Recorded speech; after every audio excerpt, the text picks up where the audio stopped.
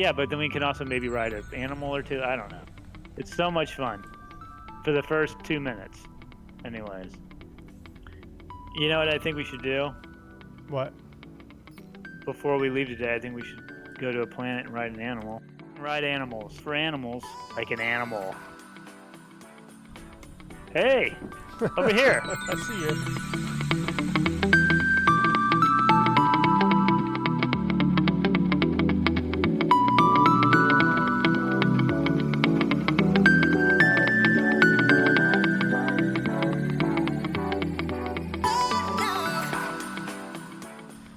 All right, so welcome everybody to our second day of doing No Man's Sky survey. I'm Tristan, and my crew member here is Mike, and we are both working with the Florida Public Archaeology Network, and so we are out here in space looking for player-made constructions, because those are artifacts, they are sites, they are evidence of human activity, and therefore within the purview of archaeology. So we are trying to locate them and answer some questions about human culture and all that good stuff. We'll be doing this Well said. every Friday at 2 Eastern. So feel free to hop on and watch us do the survey if you like, or ask us questions, or we'll be talking about archaeology and probably other things too as time goes on, but always welcome participation. All right, so I think we're ready to go. Do you have our spreadsheet up? I do. I have Okay. it up. Slight problem. I still cannot enter my vehicle for some reason. Try logging I don't out know. and back in, I guess. Yeah, that's what I'm going to have to do. So I will be right back. All maybe. right. Don't go without me, or maybe do. Hopefully you keep my fuel on you. Oh, well, we might have to do that again. Or Okay, I'm not going to land in your freighter. Maybe that was a problem. shouldn't be, but who really knows? That is a You're different asking kind of wrong. artifact and not one we are studying. Nope, Bugs. unless Bugs it are artifacts. crashes. Right? Right. If it crashes, then we can.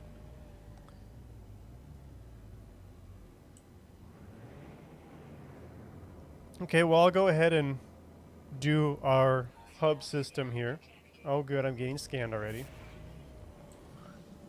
Pirates? Yes. Yeah, so I played a couple hours last night just to get a different drive so I could explore some different systems. Uh-huh. And over and over again, I was attacked by these pirates. And, I kind of used to like pirates until I started playing this game. I'm not sure I like these guys anymore. Pirates are jerks. Yeah, they're really unpleasant, it turns out.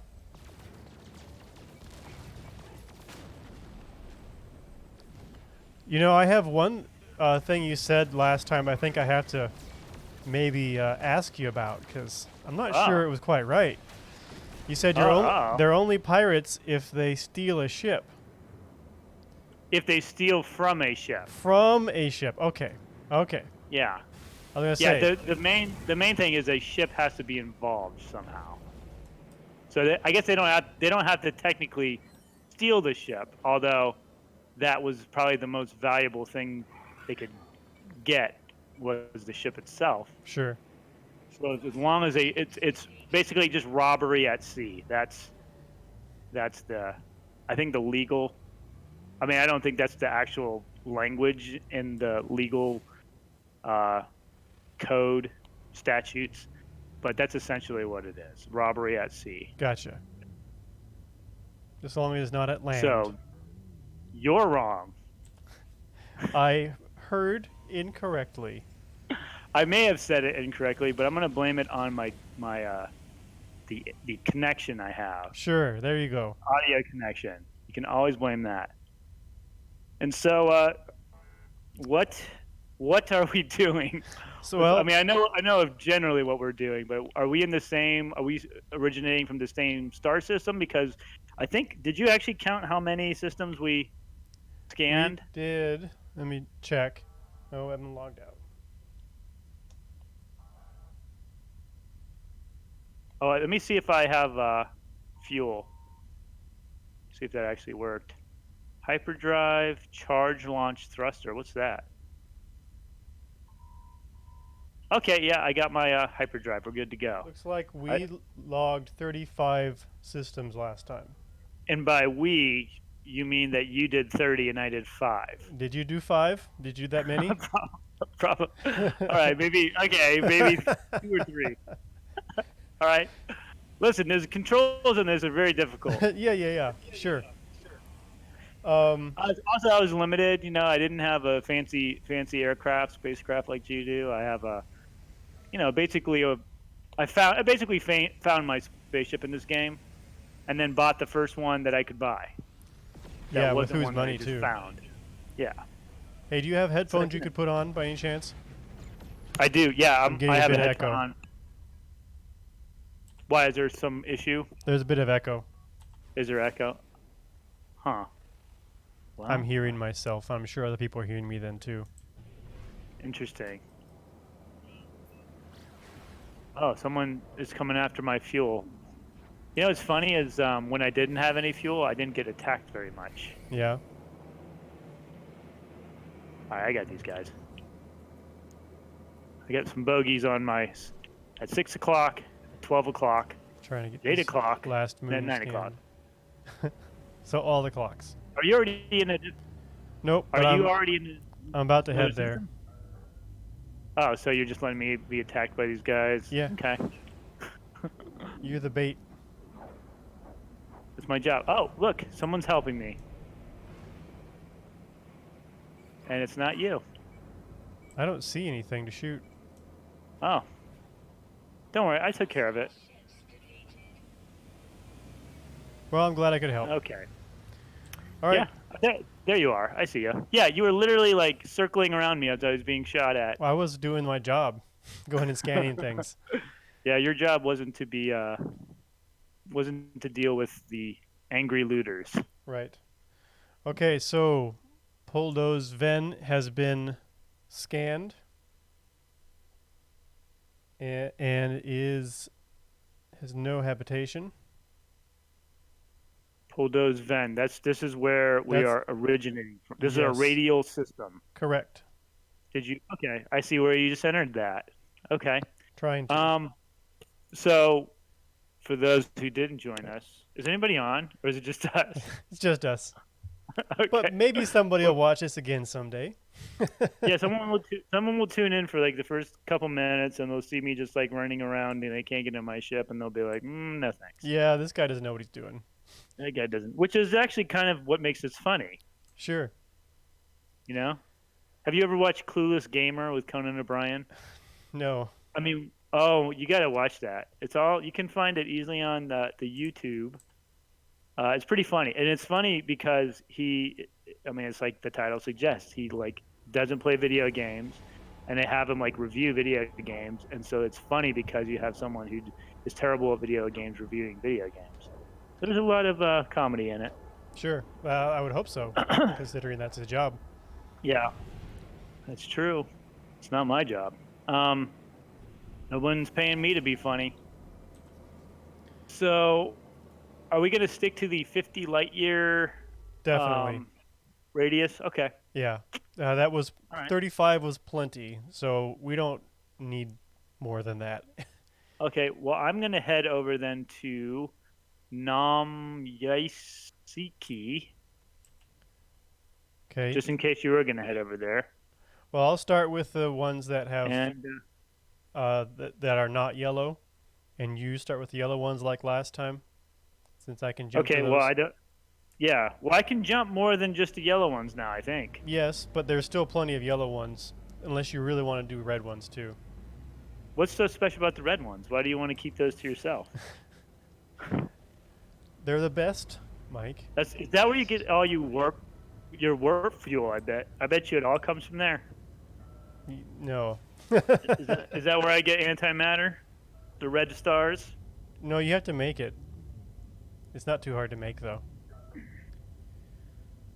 It's very suspicious. Very Okay. suspicious. All right, well, I'm warping to this system, and I will let you know what I find. Oh, good. I can predict it, though, and I think with a pretty high probability. The first thing that'll happen is I'll get attacked by pirates. And then the second thing, yep, look at that, engaging attack ships. Huh, how did I know? I think they are trying to communicate. Oh, wait, there's freighters being attacked, and I guess they want my assistance. And you could save them and get a freighter, but we're working right now. Well, I mean, okay, so that's an ethical question, right? So, if you were in the field and you, like in real life, doing archaeology, and you came across someone who needed help, what would you do? There's like archaeology ethics, right? They have the ethics bowl at conferences. Uh-huh. I feel like that would be a good question. Is the company's time more important than saving someone's life? Really, Mike? Are you being? I'm just saying. You know. What I mean, are you how actually saying? If archaeology, it's really important, right? Yes. I'm just saying, in this game, you're choosing not to help people. They're not people, though. They're people inside the spacecrafts, probably. No, it's computer. Well, I kind of have to help them anyways because I can't really scan these planets while they're attacking. Sure. So the answer is, you kind of are. You have Only to. because the game makes you. Only because the game makes you. My shields are at. I did it. I did it. Oh wait, no, I didn't. No, I was gonna say. I would really just like to scan a planet right now, but oh man, that was a good shot. I wish you guys could see that. I did. What I like to do, I found in this game a good maneuver, which I actually my dad told me about when I was playing a video game a long time ago. My dad, he's a pilot. He was an Air Force pilot, and so he told me that one tactic was to pull all the way back on the throttle. If a plane was like chasing them, you pull all the way back on your throttle, and that way they zip by you, and then now you're behind them, and then you fire your, I don't know, I guess here your photon cannons. So I use that strategy a lot, and it tends to work in this game. Did he just get that from Top Gun? Probably. Yeah, he wasn't a fighter pilot. I should say that. He wasn't a fighter pilot. I mean, he did fly a airplane that had guns mounted on it, but wasn't exactly a fighter plane. But it does work in this game, so Tom Cruise got something right. Yes.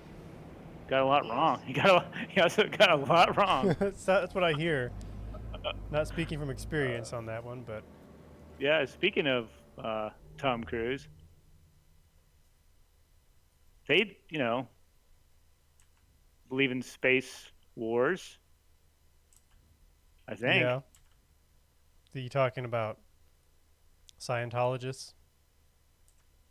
Scientologists, yeah. Isn't that like basically kind of what they say is, they believe in extraterrestrial life, I guess, right? That's kind of the.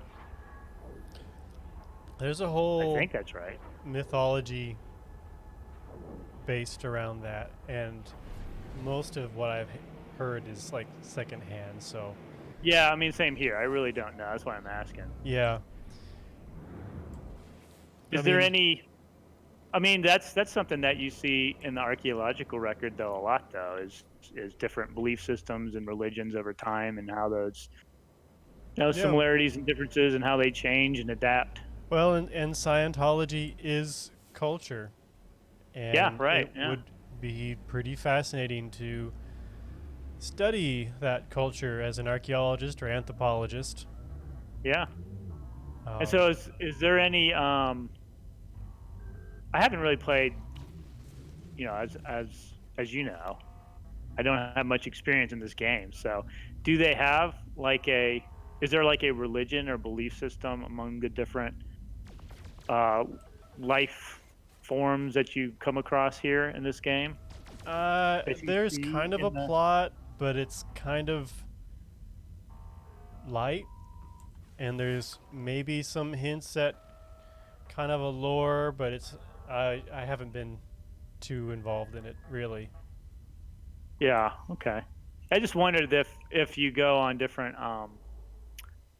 uh, the planetary systems and you find, because I know you mentioned you can find things that are not player based, different bases and ancient bones and things like that. So I was wondering if there was any like galactic religion that you find over and over again in N- this game. no, there's something to do with the Sentinels, but it's not.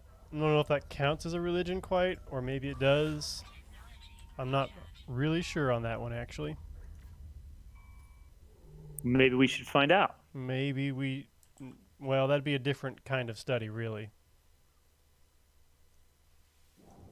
Yeah.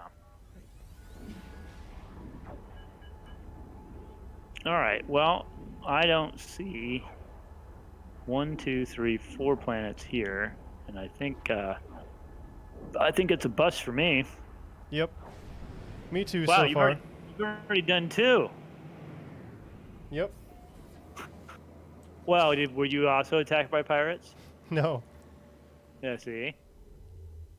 Did you save freighter crew from pirate attacks? Some time ago.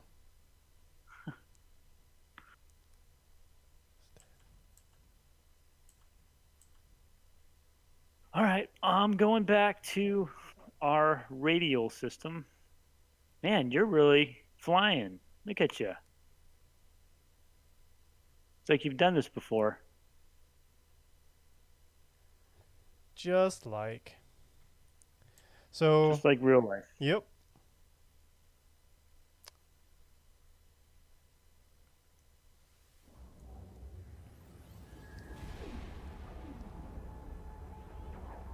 Here we Hope I've got go. enough fuel for us this time. I actually Are thought you I low? could just buy it, but I'm okay for quite a while. Where do you buy it? Do you just buy it at one of the terminals at the space I station? mean, in theory, you could buy the parts to assemble it yourself, but I looked before we started, and the station we were at didn't have the parts I needed, so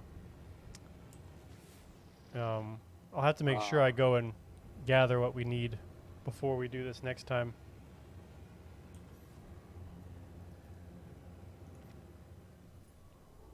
Okay, let's see here. Zanamishka. Doesn't look like you've been there, so I'm gonna go there. I'm gonna go ahead and enter that in.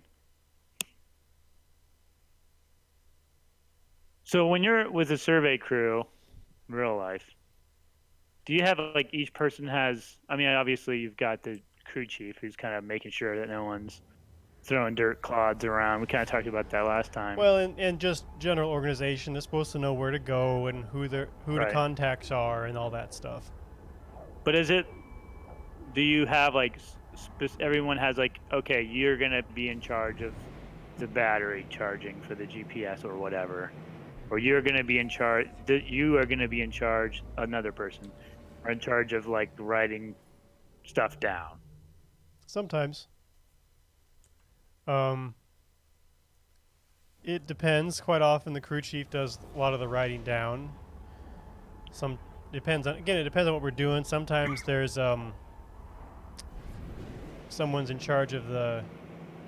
Why did I went black and white there for a moment. Someone's in charge of running the GPS, keeping on course, and it really depends on the crew and what the project is and what requirements there are and all that jazz. Gotcha.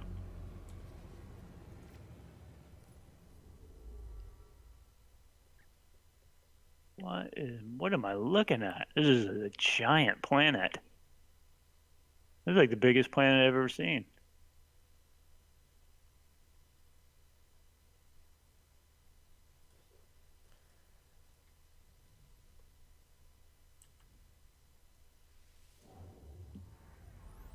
Whoops.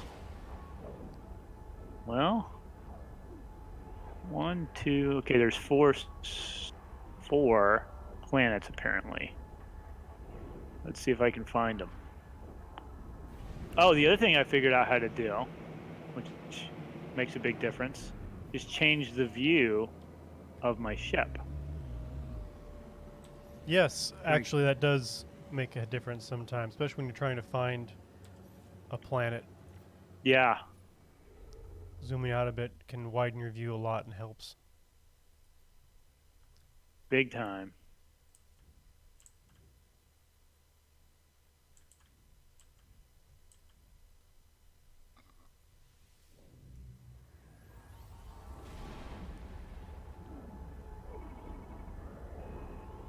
This is a giant planet.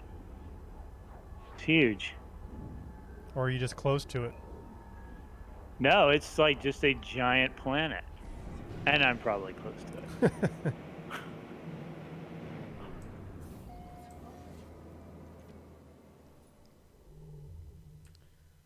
No. It's so big that I'm having trouble finding the other two that are apparently here. 1, 2. There should be 2 more.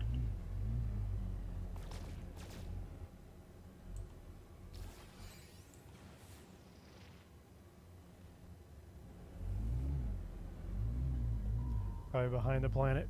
Yeah. Yeah, I think that's what it is, but it's just a very large planet. I almost want you to come and look at this thing and see what I'm talking about. Yeah. There you are. Wait, I think I'm just going very fast now to see if I can get. Huh. Well.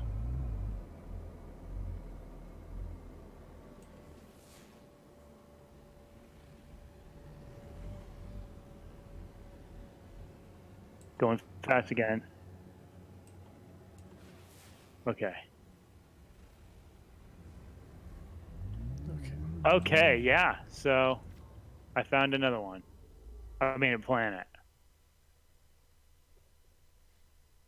I think that's what that is.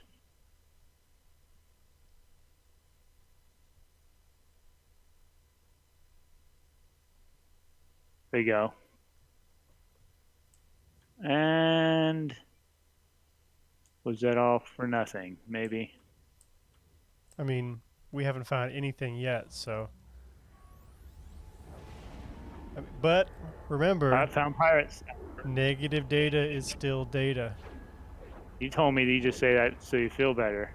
We do. It is true, but it is also why we say it. Oh, I'm being attacked. All right. Oh, wow, look at that. A lot of them. Me too. I came to see your huge They're planet. shooting at the cans. Oh, you came? Yeah. Oh, okay. You see what I'm talking about? I Is think that not a big planet?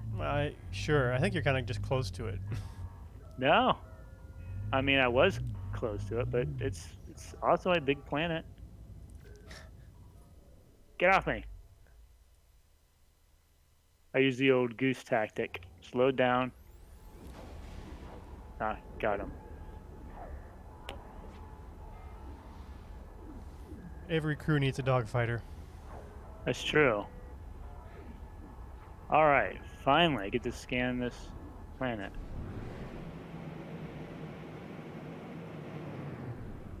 Come on.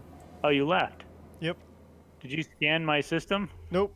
for me? It's your system. Okay. I wasn't gonna bogart your system. I was gonna say that's a real vote of not a vote of confidence if you did that. But I didn't. So I feel You like just came to that's check out the planet that apparently was not Not as impressive. It as was I thought it was. it was not as exciting as Not- advertised. Well, it's like you said. Sometimes you get excited about small things. Sure. We've had such an unproductive survey that I get excited now about moderately sized planets Or being close to a regular sized being planet. close to them. Yeah, I'm forbidden to land on planets. Oh, you know what I did do yesterday? I rode an animal. Oh yeah. I did, yeah.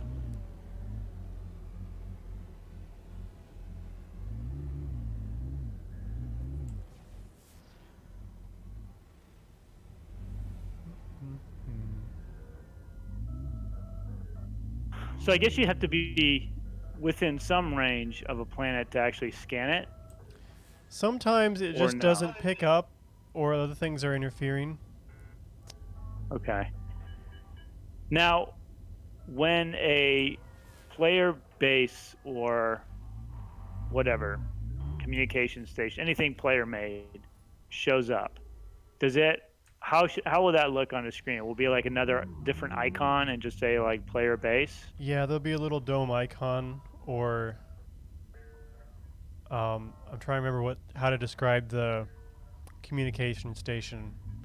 People can leave little messages with these stations, and they'll show up as well. But you'll see an icon pop up over the planet, like when you Okay. have a mission, just a different icon, basically. Gotcha. All right, I'm gonna go ahead and say none on this one. Another struck out again, Yep.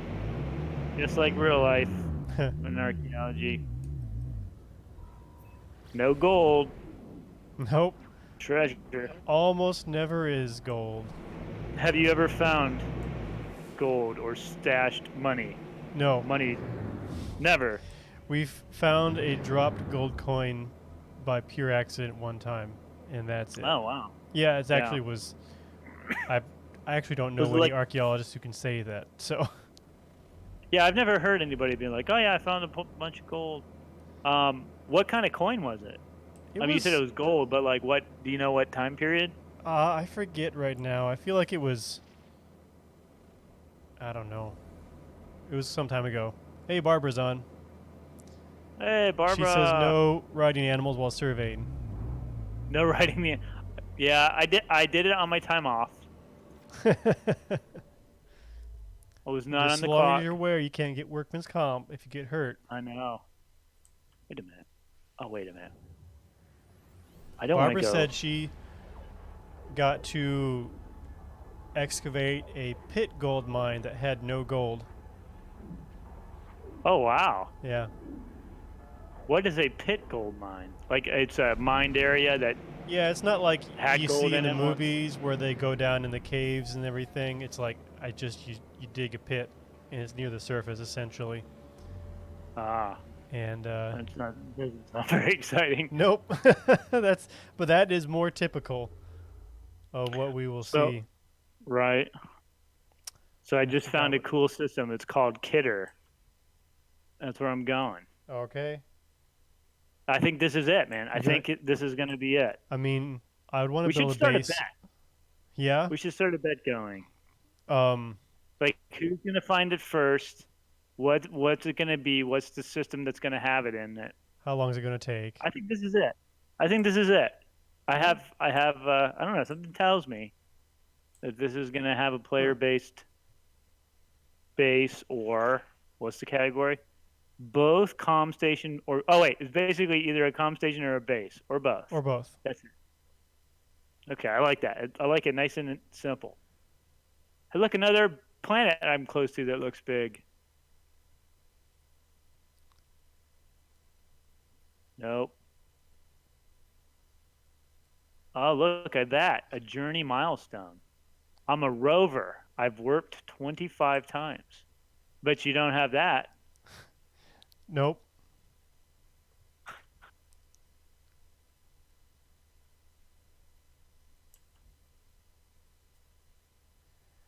Well, I just surveyed a system and then forgot to write it down, uh, and now I'm trying to figure out Uh-oh. which system I was you in. have to do it again. If I can figure out which one it is. Hmm. No. That's the problem. Wait a It's minute. just finding it again. What am I doing?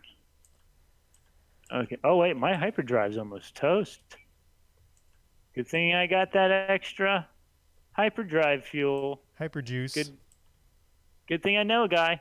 Hey, turns out this system does not have any player-based life on it. Well, that's just disappointing. But it does have only one planet, so I'm going to go ahead and put none. Bam. Ask Barbara who she thinks is going to find the first player-based system. Who does she think, me or you? Well, she heard you ask, so we'll see what she says.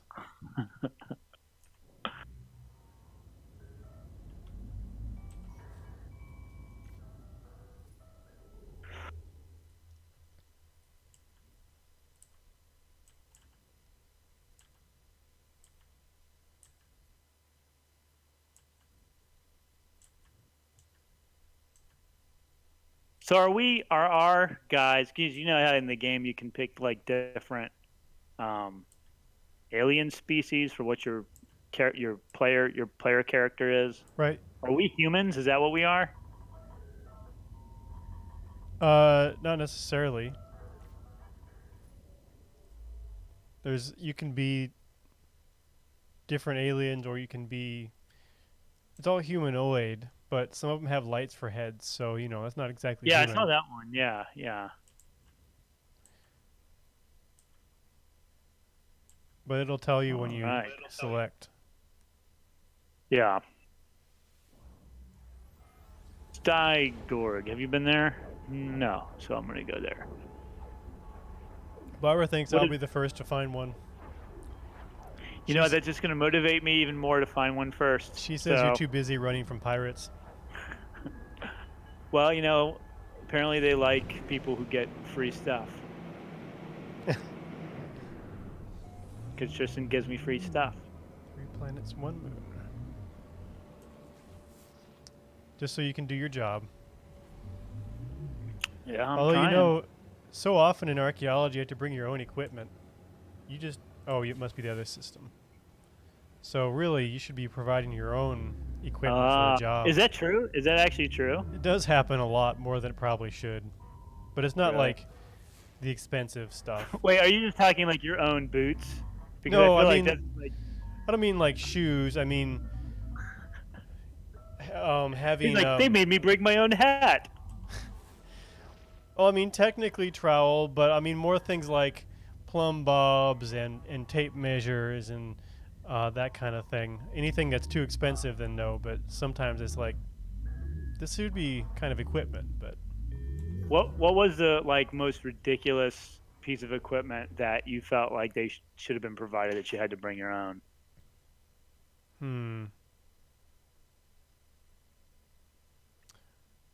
What do you think, Barbara? Yeah, Barbara's fond of her trowel. She doesn't want to share trowels. Okay. No trowel sharing.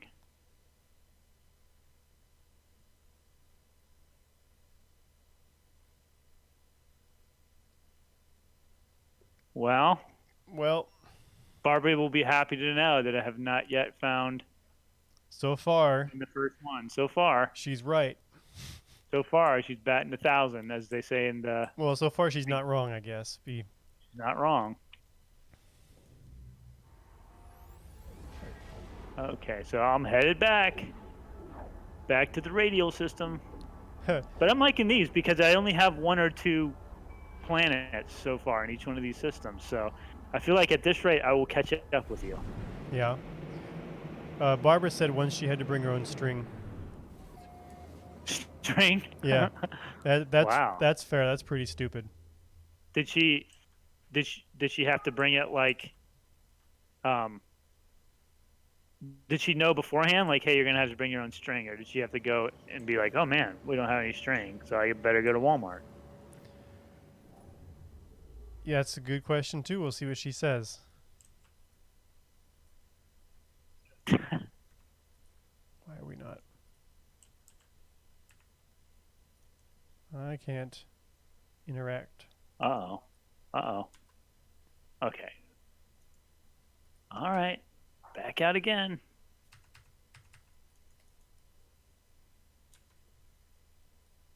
Too far.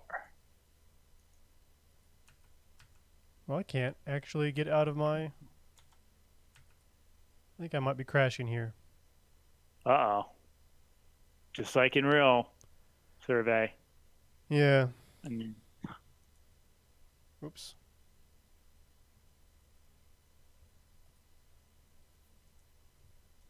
okay, let's see here. Ubkina. I don't think you visited that yet, so I will head over there. I've shut it down. I'll be right back because I could not do anything there. Okay, gotcha. So, sorry for the black screen, but I'll be back soon. Okay.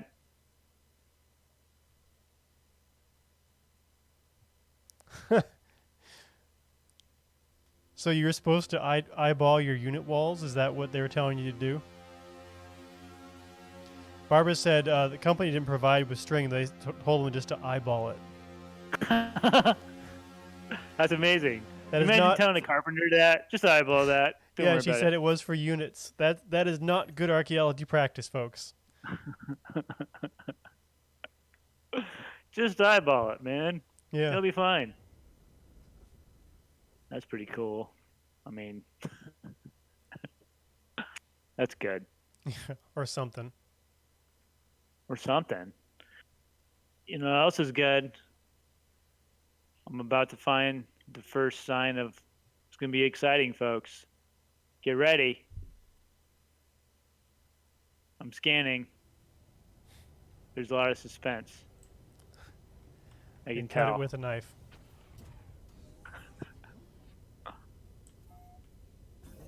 Wait, gotta wait for my scanner to recharge. Stand by.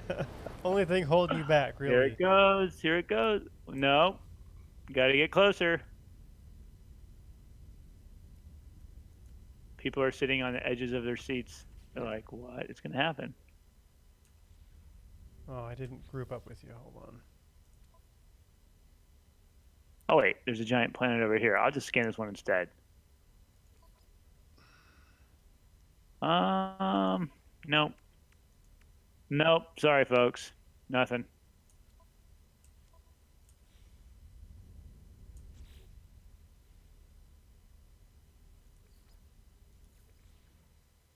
Oh, wait. Wait a minute. What's this? Another planet. There. Hope is not lost. Okay. Scanning commenced.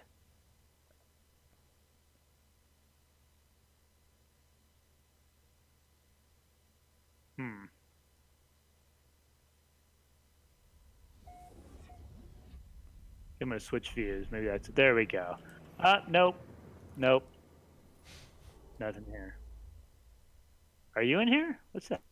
I am just because I respawn back in. Ah, okay. Which leads us... Checking up on my work, huh? Yeah. Go ahead. Go ahead. Double check my work if you want to.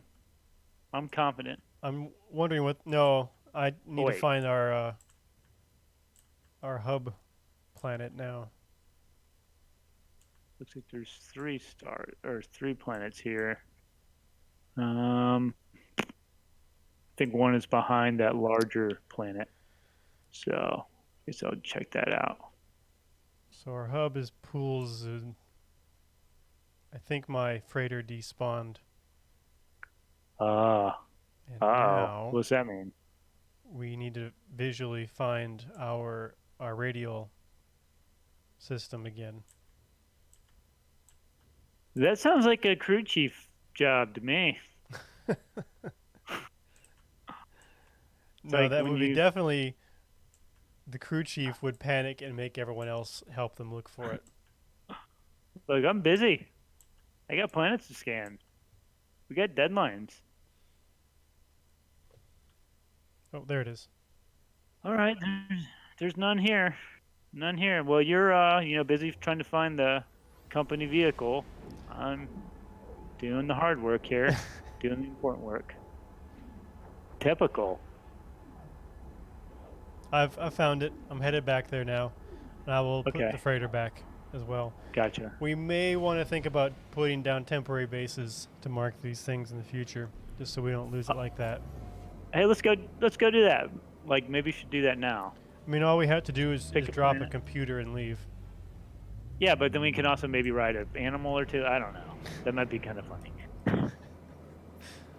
Maybe towards the end of the survey, Mike, when everyone's tired, we're right? gonna be there anyway. You know what I'm saying? I intentionally chose one that has no animals. Well, how about I just come with you, and while you're doing the setup, I'll just scan around and look for one. And if there's not one, we'll just go. But if there is one, I feel like we should just ride it. You've never done that in this game, have you? No, I haven't. It's so much fun. For the first 2 minutes, anyways. Yeah. That long? Did you land on the planet? I did. I'm going to drop a computer base real quick. Okay, I'm coming down. We can't ride the animals, coming down. Mike. You said there's no animals. There's no animals. Coming in hot. Actually, I'm going to grab some... Literally. No, I won't. Speaking of coming in hot, did you see the Dragon landing, splashdown? I just know that Spacecraft, they did. SpaceX? You did? I know that they did. I didn't see it myself this Oh, time. man. So, yeah, they're splashdown because, last week we had that tropical storm, hurricane for a little bit, and then it became a tropical storm. So it kind of, they had different locations. It was going to be somewhere off the coast of Florida, either in the Atlantic Ocean or the Gulf of Mexico. So because of the bad weather on the Atlantic side, that narrowed it down to splashdown being in the Gulf of Mexico. And so that was there was a few different sites, but basically like a day or two before the actual splashdown, they said it was either going to be Panama City or off of Pensacola. And so they ended up choosing Pensacola. And so I guess, though, there's a lot of controversy now because I guess SpaceX... Oh, did you leave? Wait, don't leave. What? I just got here. Okay. You might have to give me new fuel. Because, it's not funny if I just ride the animal and people can't see it. There's no animal. But anyways, okay, I'm coming up. I thought you were lying. No. I didn't know, but... I thought there was like full of dinosaurs or something. Yeah. But anyway, so there's a lot of controversy because I guess they publicized the area in which the splashdown would occur, and I think they did it out of safety reasons. They just let boaters know, like, hey, don't come within this area because there's going to be a spacecraft crashing back down through the Earth's atmosphere. And so anyways, they splashed down in the Gulf, and before even the recovery vessels got out there, there was I can't remember how many just privately owned boats that went out there all around. So there's all these pictures of the Dragon capsule after splashdown, and you see all these fishermen all around it. And so they're saying that's I guess NASA and SpaceX, they were saying they need to look at how they're going to publicize it next time because it's kind of dangerous when it's basically a recovery mission. Yeah, for all those idiots knew there were people that needed help right away. Well, 100%. Yeah. Anyways, the Space Force that was created a year ago, they're talking about different potential locations for where Space Force Command will be located at. And Pensacola, I think it's on the short list as a possible location because, there's a naval base there. There's the Eastern Gulf of Mexico is basically a large testing area that's really, they really restrict recreational activity out there because it's what they use to test munitions and bombs and stuff offshore. And that's one reason why Florida doesn't have, there's so much opposition to offshore drilling in the Gulf of Mexico, at least especially in the Panhandle, where it's very tends to be a lot more conservative area. But they do that because they see it's affecting the military mission. But anyways, so Pensacola is one of the potential stations for the air. I guess not. It's just the military space command. But I'm wondering how after this incident might affect that. Maybe not. I don't know. But sea mines would solve all the problems. sea mines. Yeah. That's true. Back in the Civil War, they were called torpedoes, but they were a torpedo during the Civil War was a mine. But you probably already knew that. I did, but not everybody listening probably did. That's all Barbara. One person, Barbara. I bet you Barbara knew that. Barbara might have known that. She knew that. Ask Barbara if she knew that. I bet you she did. Oh, I'm being attacked. What? The whole time I was talking, I was being attacked. They're all over.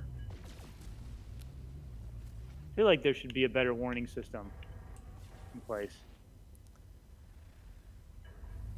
I mean, other than the sound and the lights. No, there was no, I didn't see that anyways. Maybe my guy was he was taking a nap. Oh, it looks like I had help. So I guess in this game, if you're near a space station and you get attacked by pirates, people will help you. Like the AI in the game will help you. It might depend on the system too, or how much they like you. Barbara, did you know that in the Civil War a torpedo was actually a sea mine, just had a different name? She knew that.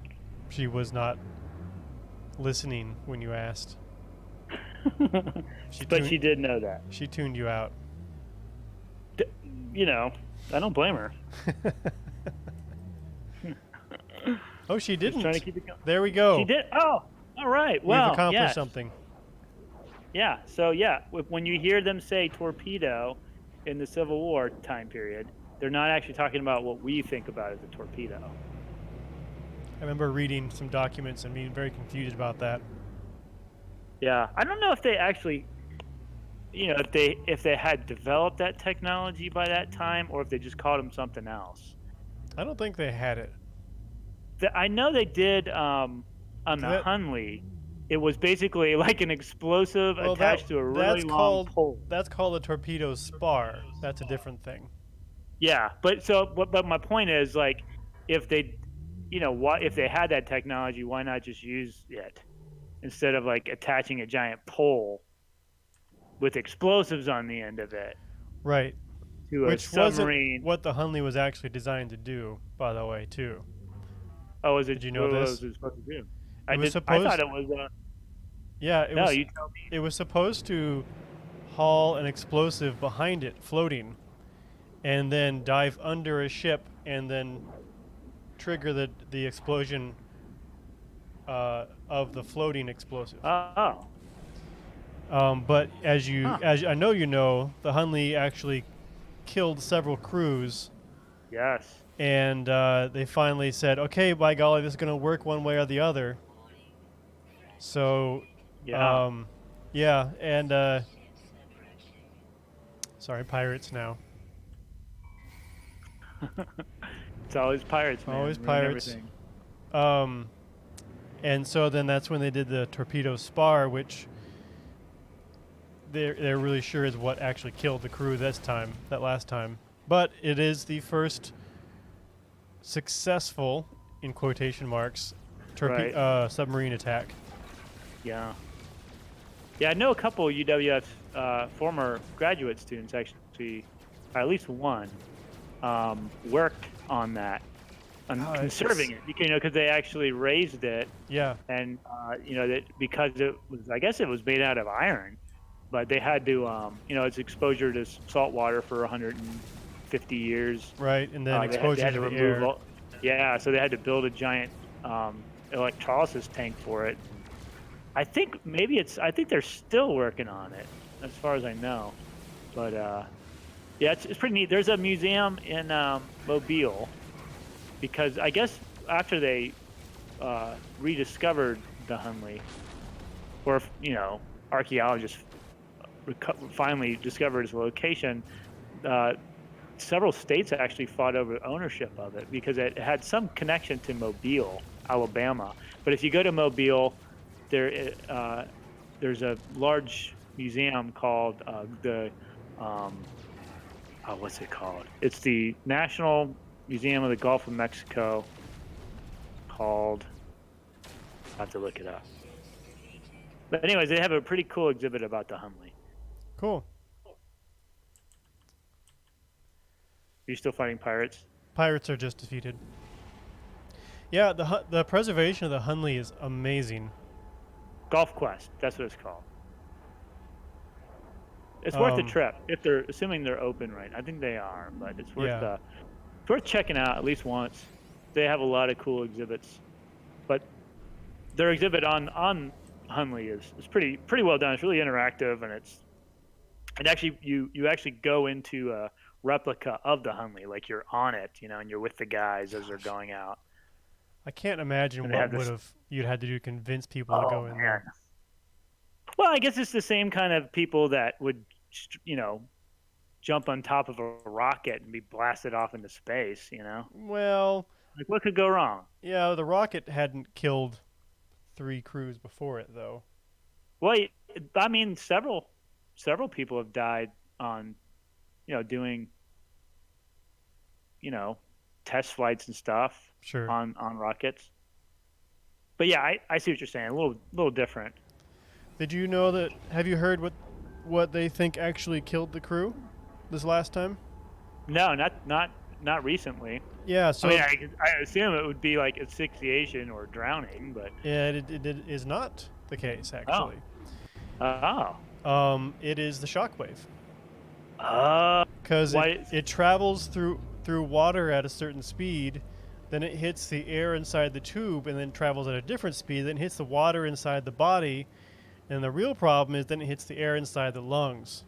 And all that difference of speed, basically, it actually just killed them pretty much immediately. There's been cases of that in like World War II bombings where a bomb goes off and people are untouched but they die, and it's the shockwave sometimes that gets them. Wow. So that's what it was. Yeah. They've so would it be? Do they think it would be instantaneous when that happened, or it was just trauma and then like internal bleeding? I mean, it basically hemorrhaged their brains. So yeah, pretty much instant. Well, I guess that's better than drowning. Yeah. I mean, it's all bad. I wouldn't choose any of it, but yeah. yeah, I probably wouldn't just not go in the Hunley. Also, I wouldn't have been in the Confederacy, but I mean, that's that's a whole different, that's a whole different issue. But yeah, wow, yeah, no, I hadn't heard that about that, why they died or how they died exactly. Yeah, the preservation of that thing is just amazing. Like, they were all pretty much physically in their positions.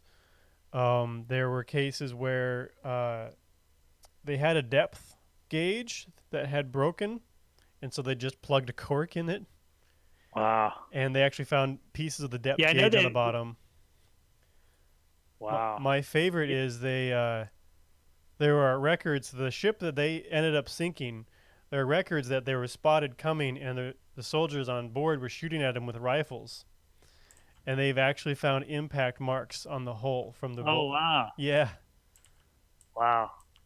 Yeah, the one thing that I remember, the one artifact, is the coin that I guess one of the crew had served in some campaign, and he had gotten this coin.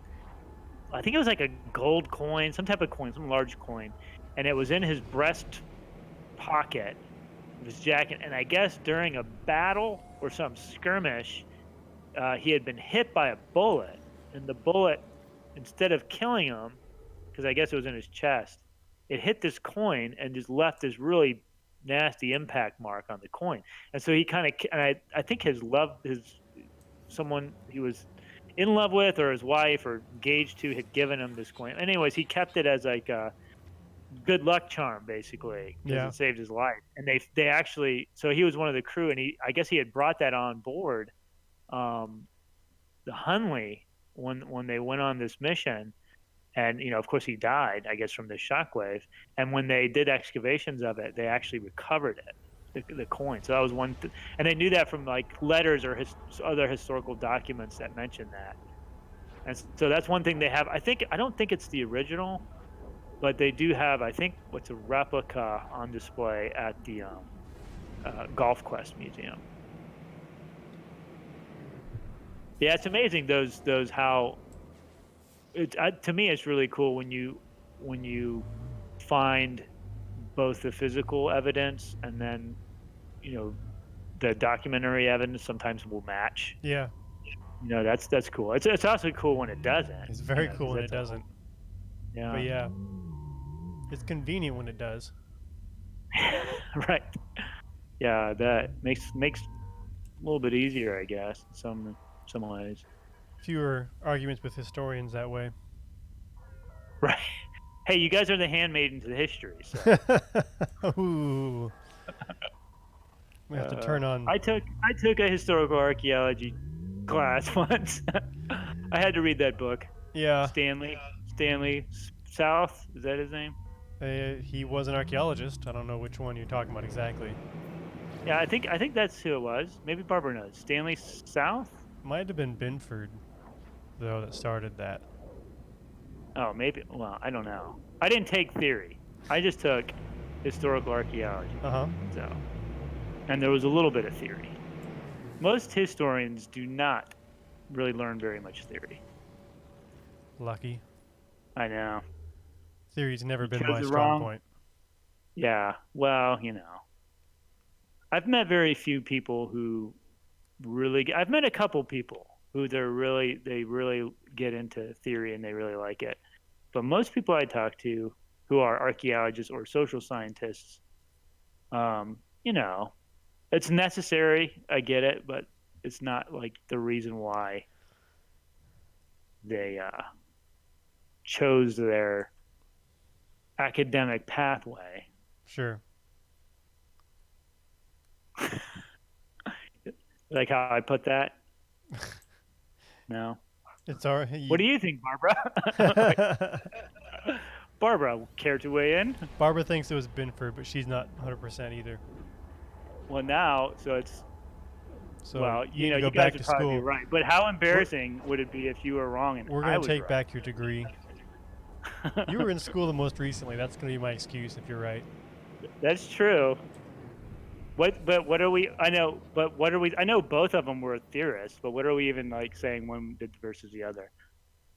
I know Stanley South was the historical archaeologist, like I think he's considered like the father of historical. Oh, here we go. Stanley A. Smith. This is from Wikipedia, so know. It's 100%. Stanley A. South was an American archaeologist who was a major proponent of the processual archaeology movement. Mm-hmm. South's major contributions to archaeology deal in helping to legitimize it as more of a scientific endeavor. Yes. So processualism was Binford's thing. Stan South, one of his big contributions was to basically tell archaeologists, hey, idiots, you should be using statistics. It'll help you. So. Right. And then. Right. And then. Because one of the criticisms at the time was that, well, why do archaeology during the historic time period? Because we have all these documents that just tell us what happened. Right. Which is kind of course, weird. Stupid because, right, the documents, and we talked about this last time, are like inherently biased. Right. Yeah. So we're both. So who's right and who's wrong? I don't know. Let's You're let wrong. the public decide. Let's let our audience decide.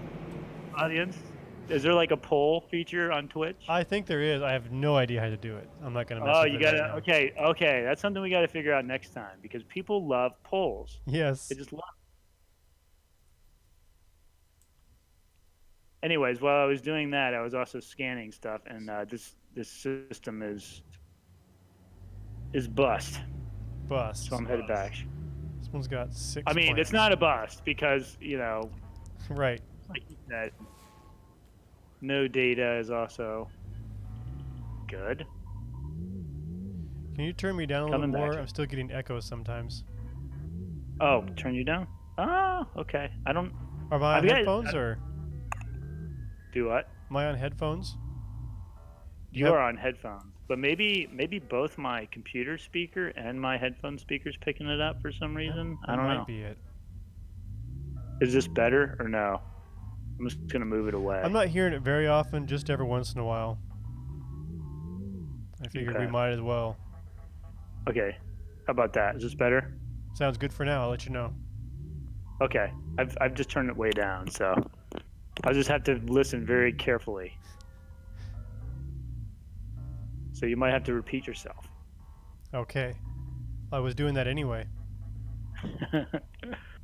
That's true. All right. Where are we at? I think you're winning on the number of systems explored.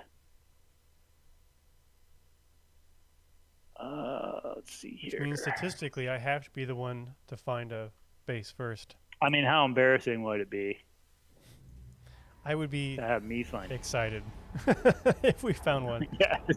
At this point, yeah. Honestly, I would just be happy because then I could be on the planet. I could ride an animal.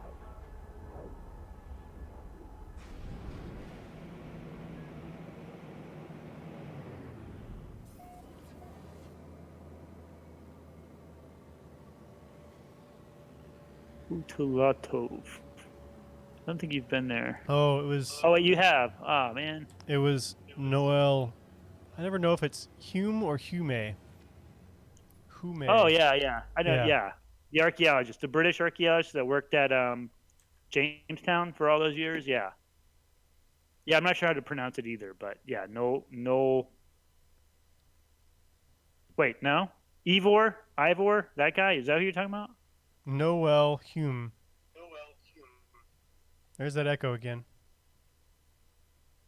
Here, let me turn it down some more.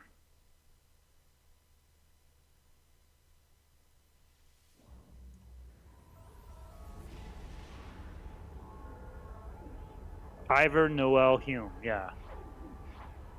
Anyways, what about him? Oh, okay. Yeah. Well, he's the one that did the Handmaiden of History thing. Okay. Okay, so I was wrong, is what you're saying. Well, we were both wrong, if that helps.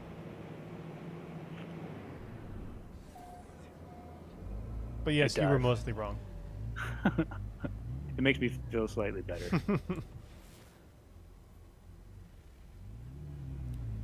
Did you have to look that up, or did we have someone who... Barbara looked it up for us. Oh, Barbara did. Keeping us on track, Yep. as per usual.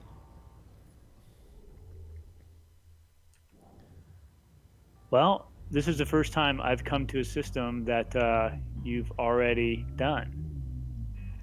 Are you checking my work now? You know, I thought, why not? I mean, I feel like statistically speaking, you're more likely to make an error than I am, just because you're doing more of them. Sure.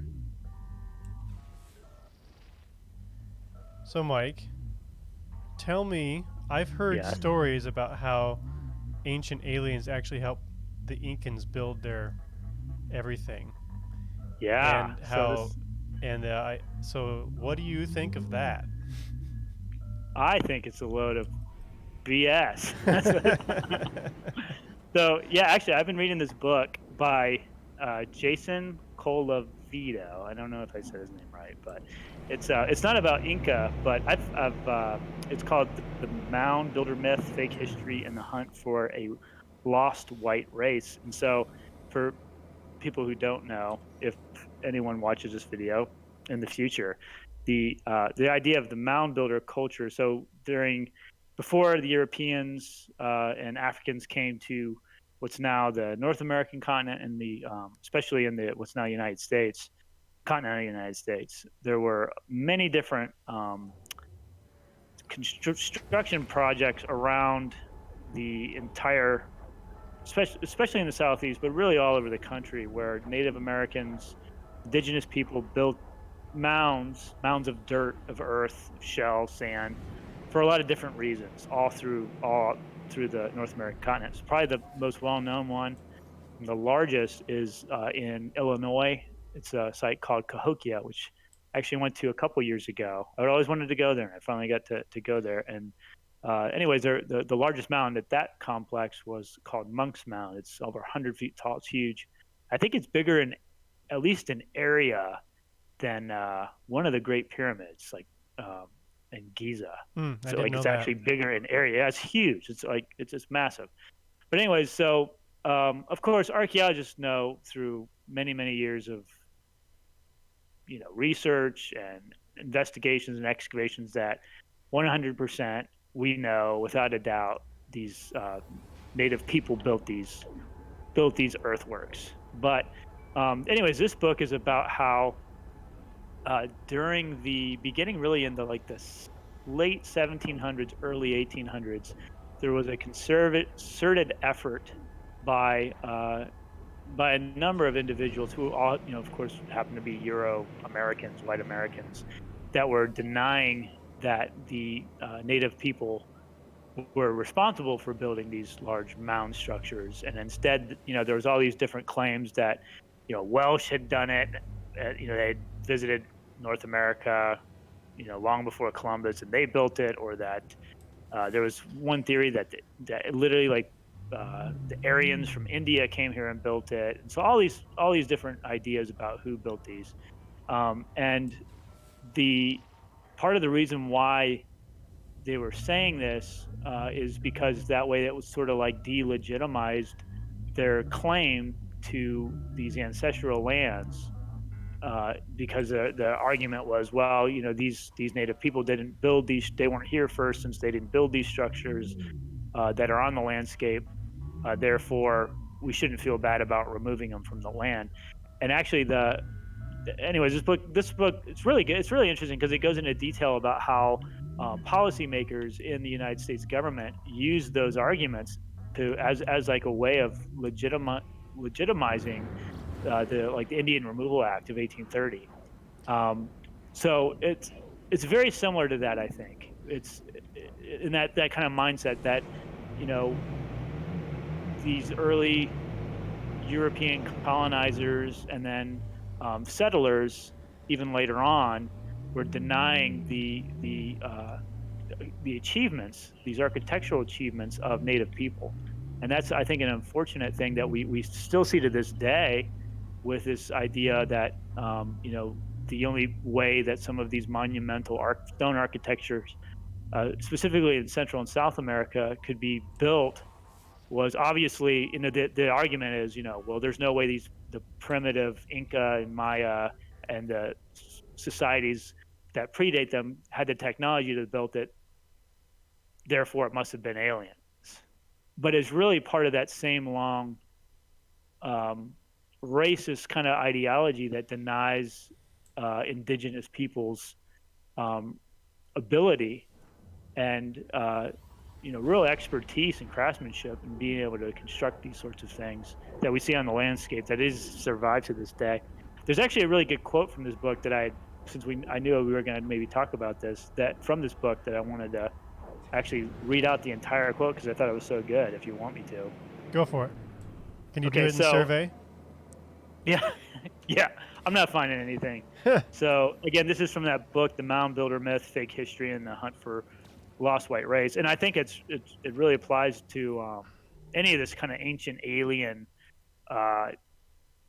ideas that are put forth that really have become very popular. In fact, recently, the National Association for Interpretation, they put out an article in their last issue of Legacy. And this, National Association of Interpretation is a professional organization of, National Park Service rangers and State Park Service rangers, and most of our staff here with the Florida Public Archaeology Network are involved in this organization in different capacities. So it's a legitimate professional organization, but they put this article out that basically said that there was overwhelming evidence for this idea of ancient aliens, and therefore we should start to consider maybe actually trying to interpret it.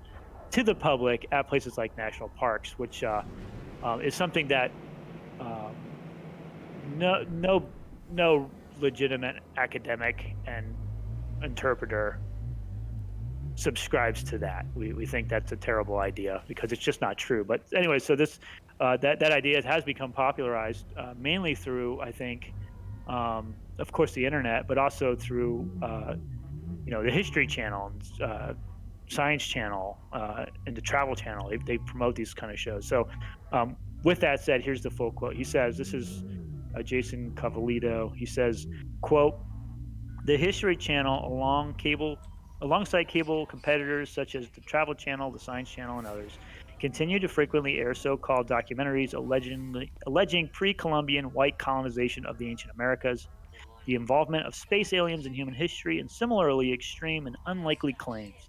These have included lavish programs about Atlantis, an archaeology series hosted by movie star Megan Fox that claimed Native Americans are half-human hybrids," which I didn't even know that show existed before I read this book, "and a revival of In Search of, a program originally spun off from Rod Serling's In Search of Ancient Astronauts documentary.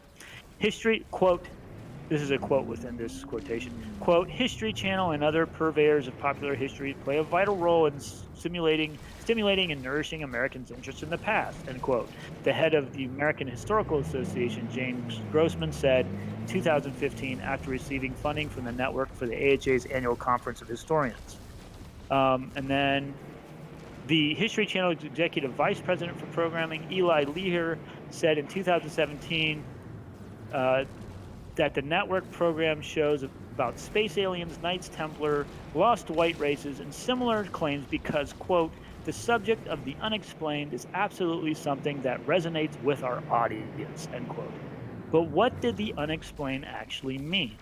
It meant, at heart, a rejection of science, social progress, and equality. It meant casting doubt on the real history of America to cater to the prejudices of a demographic most likely to watch those channels, older white men. So, yeah, I think he hits it like nail right on the head. But what's really interesting too is in this book it talks about when the Spanish conquistadors like Hernando de Soto came to did their first what were called entradas. This is when they had mainly military in nature expeditions that were coming through the southeastern United States to kind of explore the lands and see what kind of resources that were there to see if they could come and then colonize it. So De Soto came through most of the southeast in 1539. I think it lasted a number of years.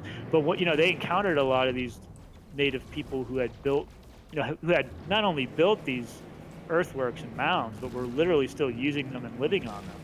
And they never questioned who built them. And even the chroniclers, there was one chronicler who actually said, this is how they built these mounds because he saw them do it. And the same is true for looking at some of the monumental stone architecture in South America and Central America. These Spanish chroniclers literally saw them do it. And so they told us there was no question in their mind who was responsible for it.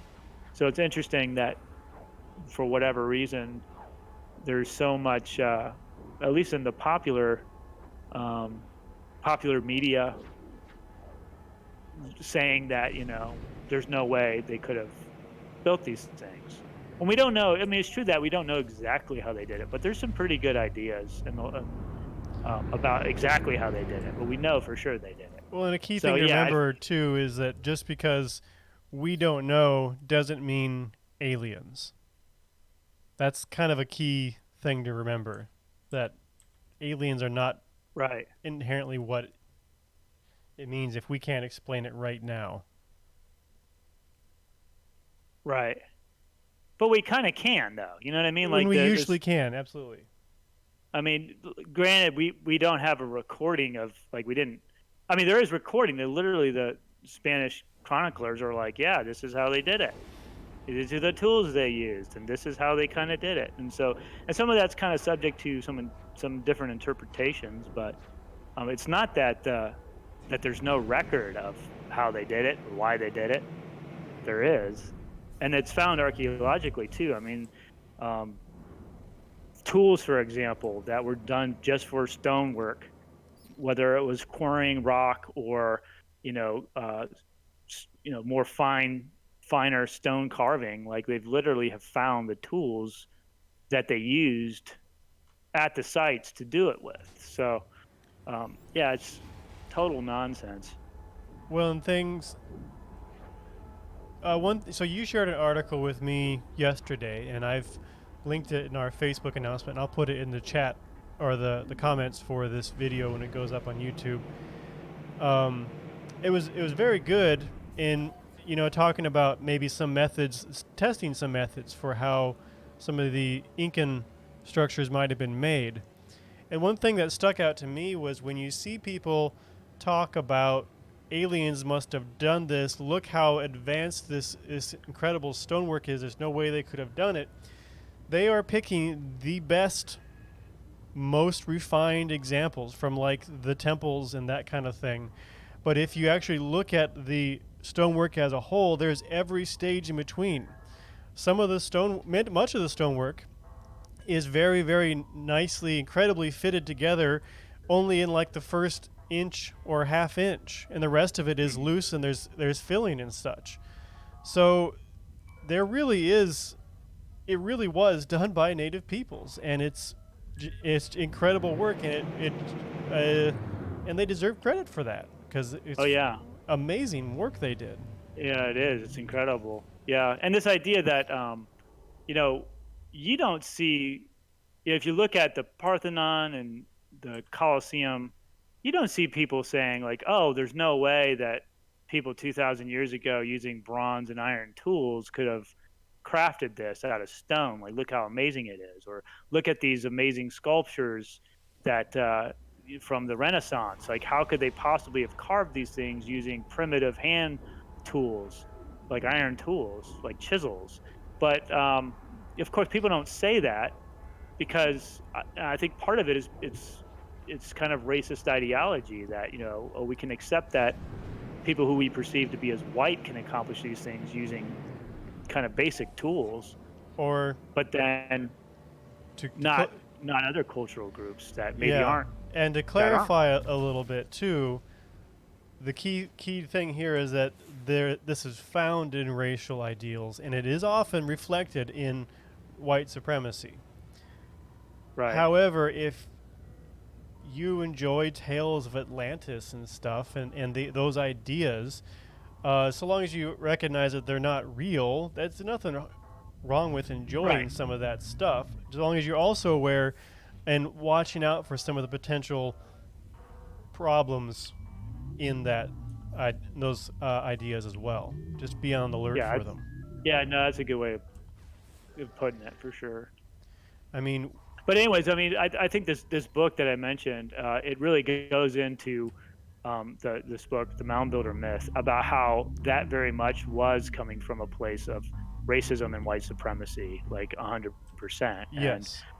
But you're right. I think there's, not everybody, and I think part of it, like the reason why that article was published in Legacy is I don't think that the editors really knew that side of it, and I don't think a lot of people do. Right.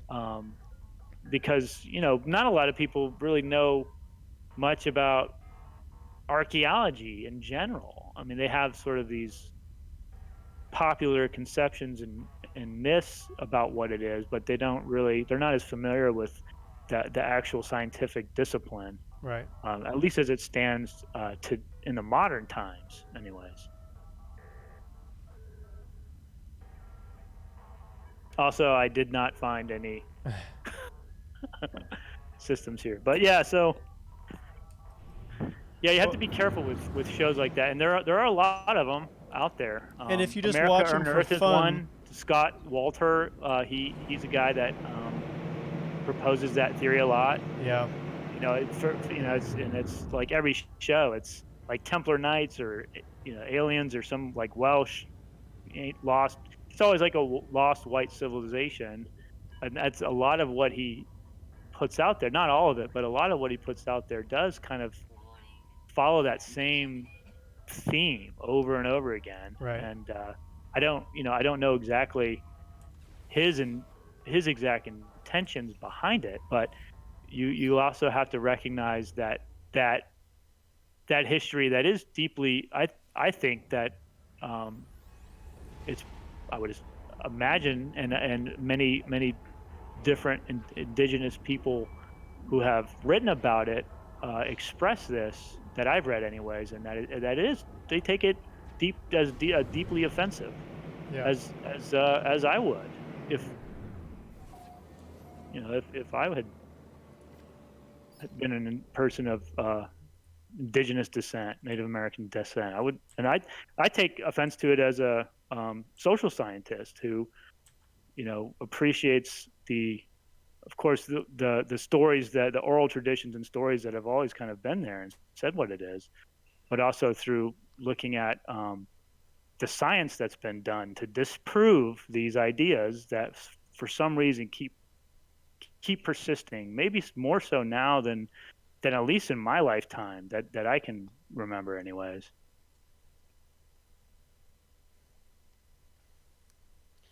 Yep. I mean, one way to look at it is you talk to an archaeologist about Indiana Jones, and we'll go on about how he was a terrible archaeologist and all this, and how disrespectful he was and everything, but it doesn't mean we don't enjoy Indiana Jones still. So, oh, right, yeah. You can kind of look at this, if you enjoy Ancient Aliens, just kind of look at it that way too. Acknowledge some of its problems, and be a lookout for some people trying to be subversive with it, because it is used as a tool. But it doesn't mean you have to feel bad if you enjoy it necessarily. Right. Maybe maybe you disagree with that, but that's kind of, I don't want to tell people you're a bad person for enjoying this at some point. It's not the case, and not what we're saying. Right. Yeah. No, I agree, I would agree with that. And hopefully I didn't come off that way. That's not what I'm saying. But I do disagree with those early attempts to discredit it because of the racist ideas behind it. But I agree. Like not everybody's aware of that. That's not everybody's intention. Sure. Who maybe subscribes to that or watches those shows, but just, yeah, always kind of consider like where that information is coming from and what the agenda might be.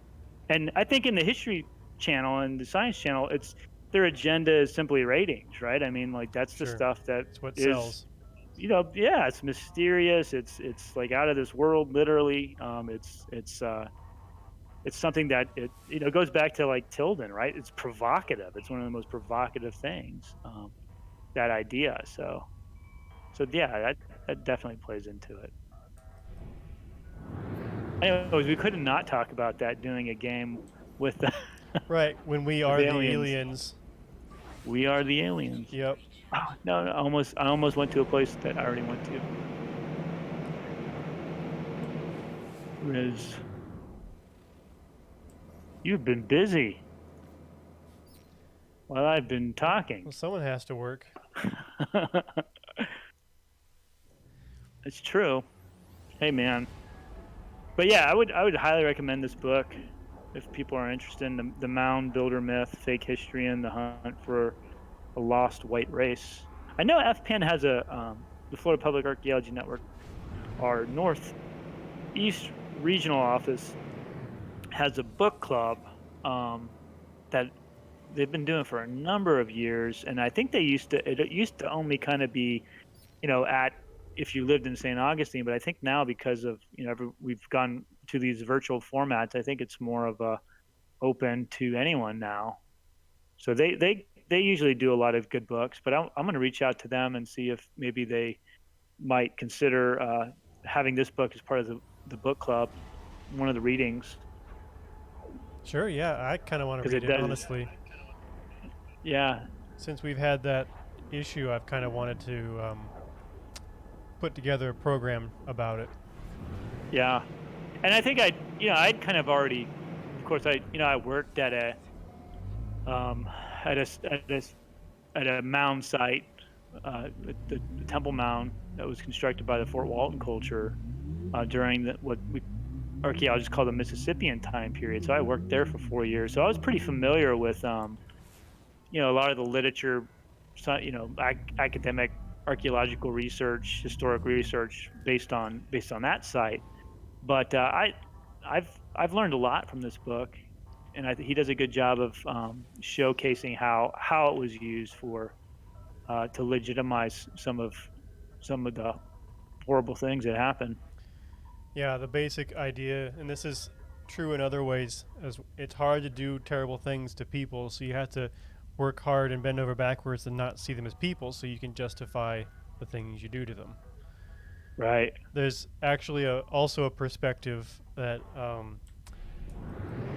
so a lot of times we'll see actually Native American exhibits in natural history museums. Mm-hmm.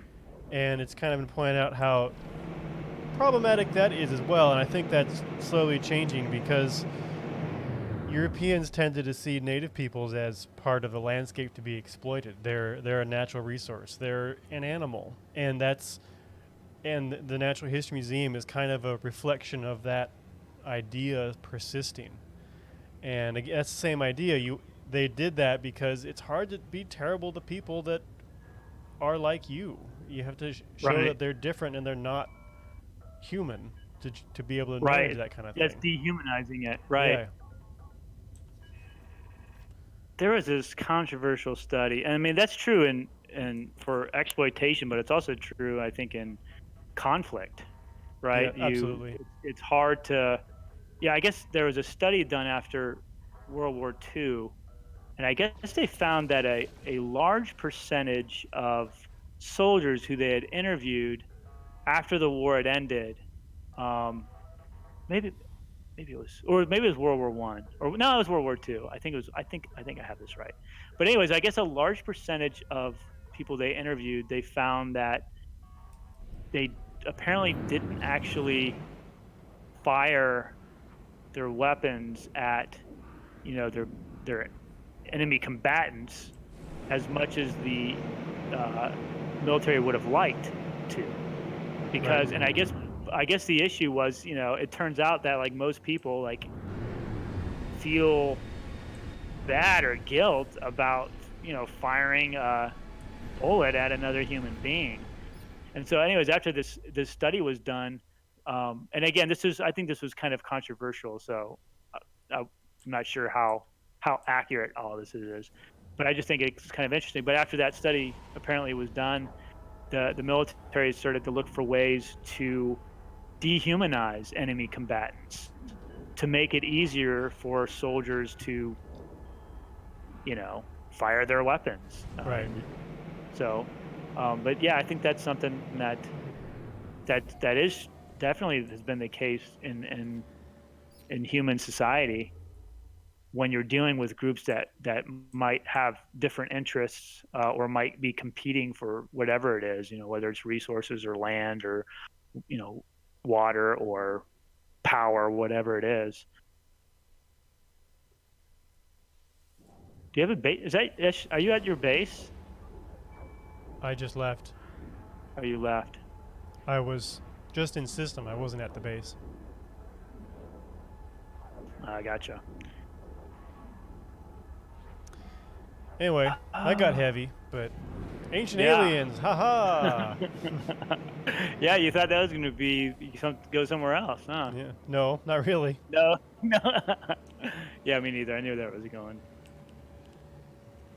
You, my friend, are a very good, efficient surveyor. Because I'm trying to find places to go, and every time I look at the sheet, it appears you've already been there. If you start to type something in, it'll pop up, and then you'll know it's already been entered. Do what? If you start to type in something in, and if it pops up to fill in the rest, then you know it's been entered already. Nice. That can help. You don't have to search visually then. It's not working. Oh wait, it is. Now it is. Why didn't the other one work? Hostile ships approaching. Fine.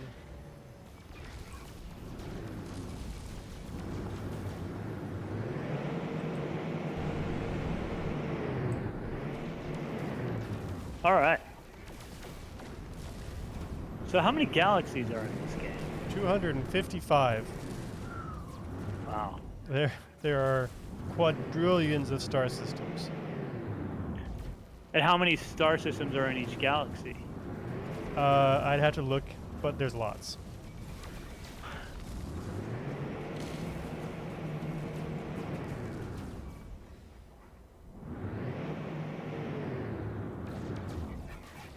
Just got a message from some alien life form. Oh yeah? Transmission coordinates validated. Not sure what that means. But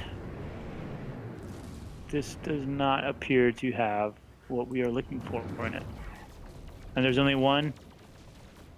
What's the water symbol? Does that just mean there's... It could just mean that there's In this water in the galaxy? system. Oh. Oh, that's the transmission coordinates. Okay, I think that's some like mission that I don't need to do, so I'm just gonna leave.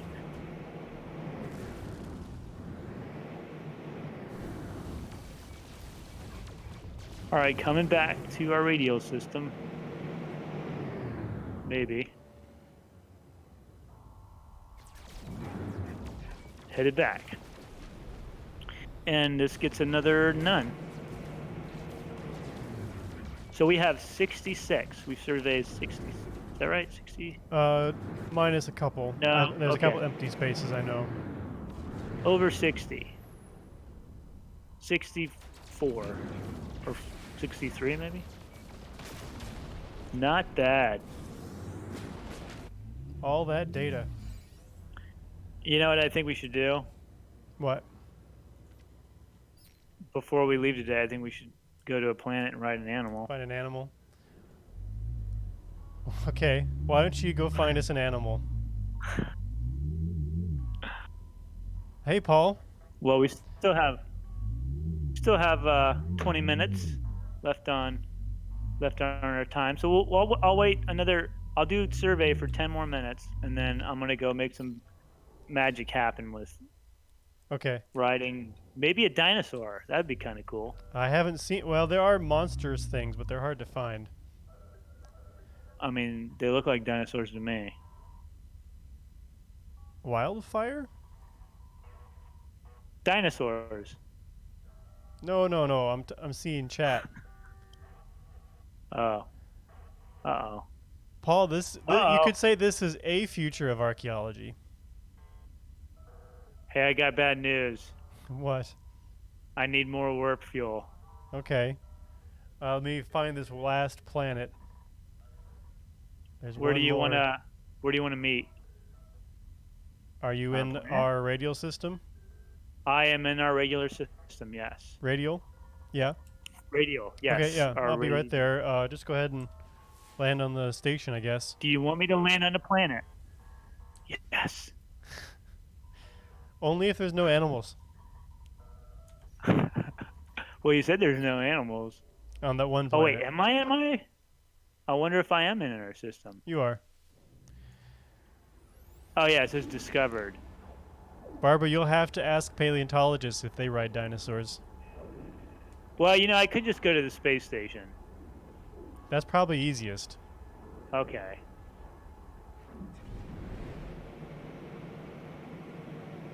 Maybe we get a Going to space paleontologist sometime. We can answer, Oh, have that'd them be answer cool. all the dinosaur questions. We can ask them what is better, fossils or artifacts, or her. Ask him or her, Right. Or them. or them, yeah, or whoever.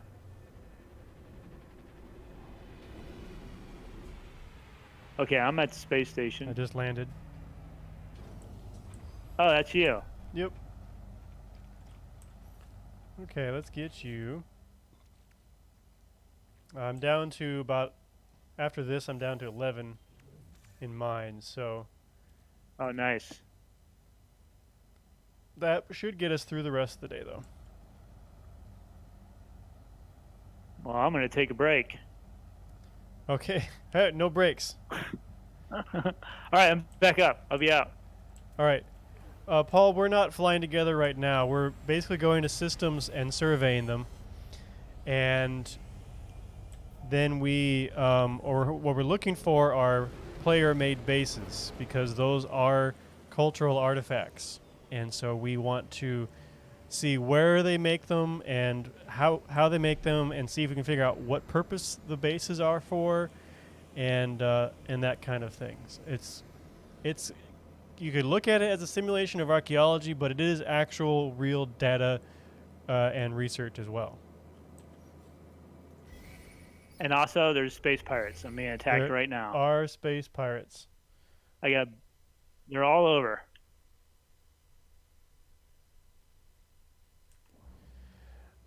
So what we're doing is we're going to a star system, and then we scan the planets. And if there's a player base or communication, which like they can leave messages in these devices, and if that's on the planet, an icon will pop up, and we'll know that we should land and study them. Because this game is just humongous, even though there is a lot of player activity, more than the makers ever imagined, we actually have yet to find a player base, and the probability of finding them is pretty small. But like I keep trying to reassure myself, negative data is still data. And also, you can ride animals on planets. Yeah, and Mike is obsessed with riding animals. I just feel like people would enjoy that. People, Mike, or Mike would enjoy that. Me. Yeah. Mainly me, but also I feel like other people might enjoy seeing that. I don't know. And so what I'm doing right now is just trying to find a system to go explore that neither Mike nor I has been to. And it's getting a little thin anymore because we've been working. And we're staying within 50 light years, so. Yeah, so we pick a radial system, a point to start from, and then we go 50 light years from out from that. And when we finish, I'll jump us in another 700 or so. Well, Paul, it's science now, so you kind of have to, right? Have to play it again. There's actually, if this interests you at all, there's actually a website and some videos done by another archaeologist who did actually study a impromptu culture that kind of developed in this game. And essentially, they kind of had a loose organization, and then a patch came, kind of like a natural disaster, and wiped them out, and they had to relocate. And so they actually preserved these sites, actively preserved them, and there's actual heritage tourism and everything too. So you can actually look him up. That's just No Man's Sky Archaeology. And so he went to these abandoned bases and studied them and recorded them before another patch came in and destroyed them entirely. So, and the community was excited about it. They were very pumped to have someone interested in it and supported him, and it was really neat. Yeah, you said he was making fun of you, Barbara, but he seems totally into it.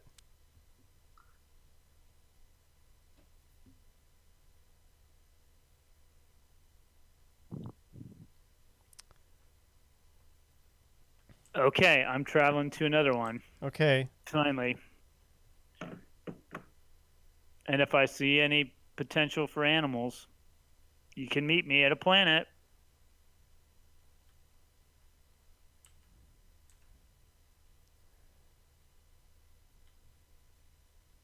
Oh, maybe this planet.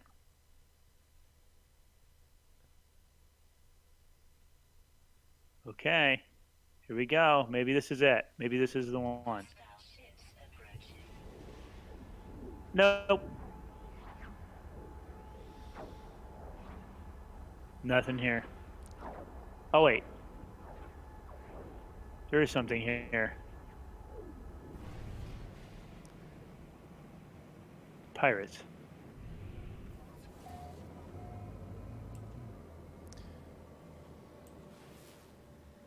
It'd be a bigger project, Paul, but I'd be interested in doing some research like this in Minecraft. Even find a server that's been largely abandoned and go through it and record it. And I know there's lots of in-jokes that develop and different kind of cultural aspects there. And you could even look at when blocks were added and try and add a timeline for when things were built and things. So there's a lot you could do with some of this. And yes, spoiler, all archaeologists and historians are nerds. That's just kind of way it is. Not me. Ha! So tell me about pirates and ancient aliens, Mike. I mean, that's true. And you might think, oh, pirates isn't nerdy, they're cool. Not the way Mike likes them. No, they're still cool, but they're also nerdy. Let's be clear about that. That's true. Yeah, and also after this game, I'm not sure I really like pirates anymore. Yeah, they're getting annoying, aren't they? They're really getting annoying. They're greedy. Who knew? How do you think the Spanish Empire felt? That's true. They didn't now like you know. it. And then they made Florida. Pirates or Spanish Empire? Well, Spanish Empire. Yeah. Because they didn't like them. So they wanted to have some way of protecting their fleets. Well, that was more concerned about France, I think, right? Well, that's pirates too, in some ways. Well, there are definitely a lot of French pirates. But yeah, and partially that. Pirates, privateers, that's depends on who you're talking to a lot of the time, as I understand true. it. Yeah. Well, yeah, there was a legal difference, but sure. Politically, it depended on who was doing the accusations. Right. Yeah, in practice, really not. So I found I can't tell if this is. I guess I can just look at my galaxy map. That's what I'll do. So when you look at your galaxy map, should I be able to tell based on the planets around a system if they have moons, or I just have to kind of look? You can see the Usually moon. I can just, yeah. But so also, I think this planet has 2 moons, but one moon is just on the other side, just peeking out from the horizon. Mm-hmm. So I can't scan it. So I think I have to go all the way around it. Yeah, if you do the phase jump or whatever. Yeah. That'll get you there. That's what I'm. And when you jump in, it'll actually tell you how many planets and moons are in the bottom left corner as well. Oh, does it? Yeah. Oh, that would have been useful an hour ago. I can't give away all my secrets. You'll catch up with me. I know. Yep, that's exactly what it was. It was just peeking out from the bottom. That's how Planet Wobble is how it nothing. works in real life, Mike or Paul. But I'm not sure that's actually how it works in this game, unfortunately. Just a charred up. I'm getting scanned. Better talk to him. You think it's pirates? Might be pirates. Oh, it's a guy saying that he says, "You're in luck, stranger. We sell protection for passing voyagers." Wow, you are lucky. There are rumors of bands of pirates, so I'm willing to bet that if I refuse, that they're just going to attack me. That seems possible. Yep. That's exactly what just happened. I Who refused. knew pirates are jerks? Yeah. Who knew? Merchant ships? Governments? Okay, I took care of it. All right. Well, salt the map. What is happening? Apparently there's more moons that I'm not seeing here. All right, 1, 2. Oh, I see the moons now. Okay. On the map, I mean, on the galaxy map. Yeah. I didn't see him before.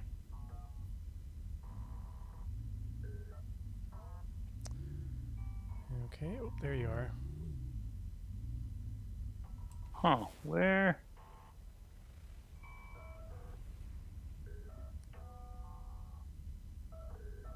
Where?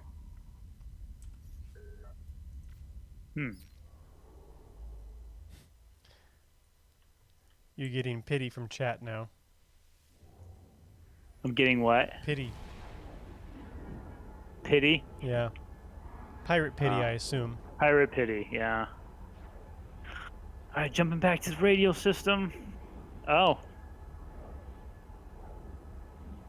Alright, I think it's time. Planet time.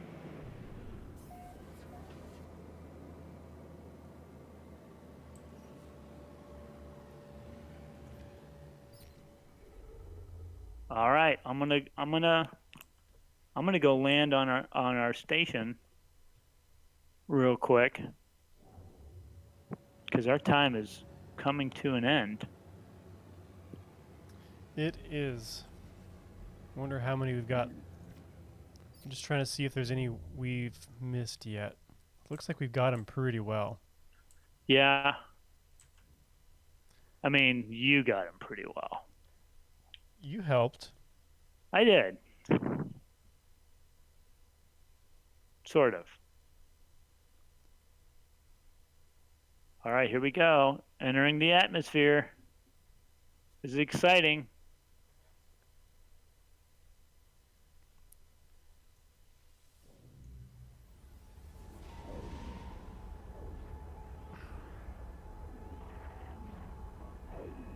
Apparently, the astronauts that were on the Dragon capsule. Yeah. They said when they did an interview with them, and one of them said, he said it sounded when they came back into the Earth's atmosphere. He said it sounded like a beast, like an animal.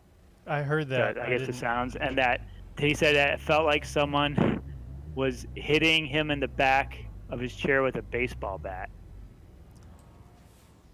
Interesting. I wonder if that's better or worse than normal. That seems pretty terrible to me. oh, I found an animal. Oh man. Good. Oh yes. Okay, hold on.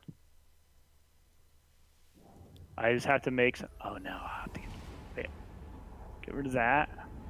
I have to make some pellets. Yeah, okay. Mike or Paul, some of the planets are pretty cool. Actually, you go down there and there's all different kinds, and sometimes there's some that are like warped, like they're not supposed to exist in reality, kind of thing, and all kinds of interesting stuff. Hey, where are you? I'm coming to you. You at my base? Yeah. Oh, you found a come and check it out. Animal down there, huh? I found something. He's harassing the wildlife, so. I'm not. I told him he was allowed to in the last 5 minutes of the stream. It likes me. Wait till you see this. You're not going to believe this. An alligator will like you if you feed it too. Yeah, it's true.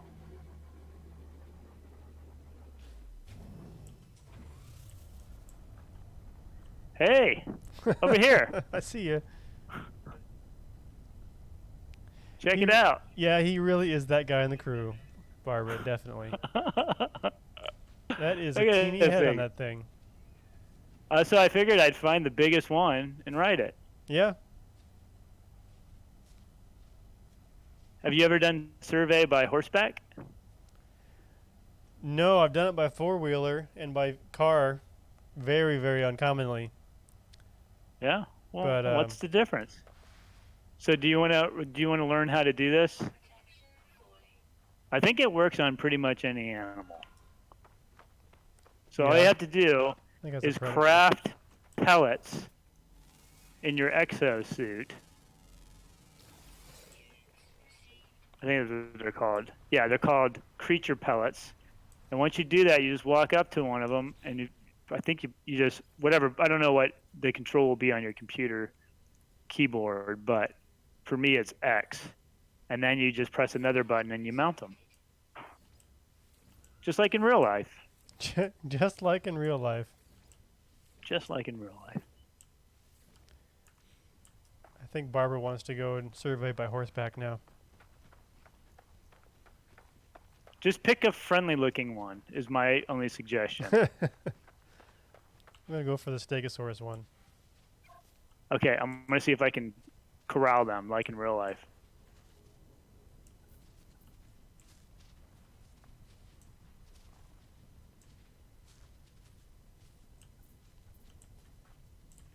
Feeling happy. How do you get on them? It's for me it's A. It's like another button you put. Does it happen right away? Yeah, you should just be able to go up there and press whatever button to mount them, and it's. Although I'm not entirely sure you can mount all different animals, but yeah. I mean I could mount this one. Did you feed that one? Are you sure? They all kind of look the same. It says fed recently fed and it's happy. Oh, this one just pooped. Did you see that? I did not. Yeah, it just pooped. Probably because of what you fed it. Could be.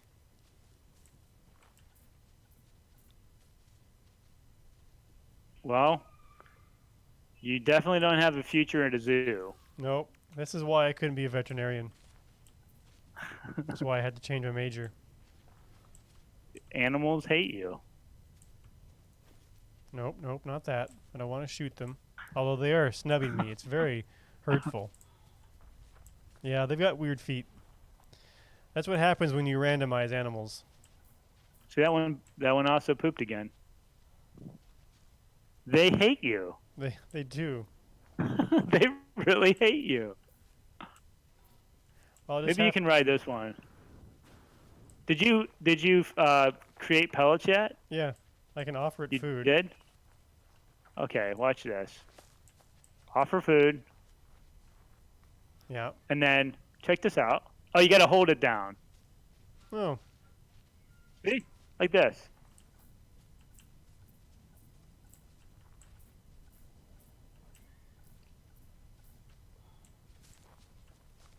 These are all recently fed now, though. They won't let me feed them again. I think those ones are too small to ride. I wanted to ride the teeny ones. Maybe you can ride this one I already fed. I don't know. Oh wait, no, you have to feed them again. Yeah. I guess you got to feed them and then ride pretty much right away. They're following you. They just like you Use better. your jetpack. I guess so.